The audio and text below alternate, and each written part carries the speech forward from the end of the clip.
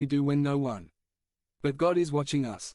It is in moments of loneliness, when we are at work and there are no other Christians with us, when our family is not watching us, when we face temptations, or when there is no one who knows us, that our integrity is tested. Daniel 1:8-16, we meet a man who faced a terrible situation, probably more difficult than facing illness or even death. King Nebuchadnezzar, who ruled Babylon at that time and had devastated Israel, captured many young men to serve as eunuchs in his palace. The eunuchs were people who had mostly been castrated so that they would not be tempted and get involved with the women of the palace. So we meet a young man who had been taken prisoner, forced to learn a strange language, to leave his life, his family, his home, his social position to be a slave.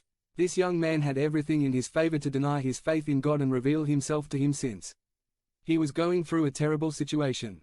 However, here we can find a first lesson for us. 1. Integrity does not depend on circumstances. The circumstances we face cannot define our character or our way of facing situations. Being people of integrity implies that despite how difficult or contradictory we are facing, we will never forget our convictions, we will not betray ourselves, since when we break our word, when we deceive others, we are really deceiving ourselves, and we disrespect each other with everything we do. Integrity is not compromised, it must be affirmed deep in our hearts. For Daniel, there were no options to deny his faith or to compromise with his convictions. His essence, his nature was affirmed in God, and he would not betray him for anything in the world. 428. Daniel makes the decision not to contaminate himself with royal food.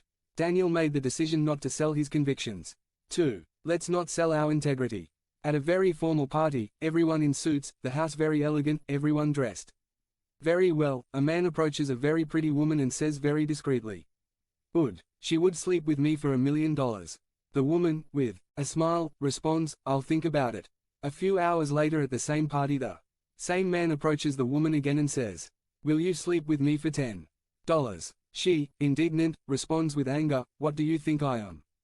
The man tells him, we have already established what you are, we are negotiating the price, nothing more. What is our price? If someone offered you power, wealth, comfort or fame, you would be able to sell yourself. Or if someone offered to pay our debts or pay for the rent on our house, would we be able to sell our convictions?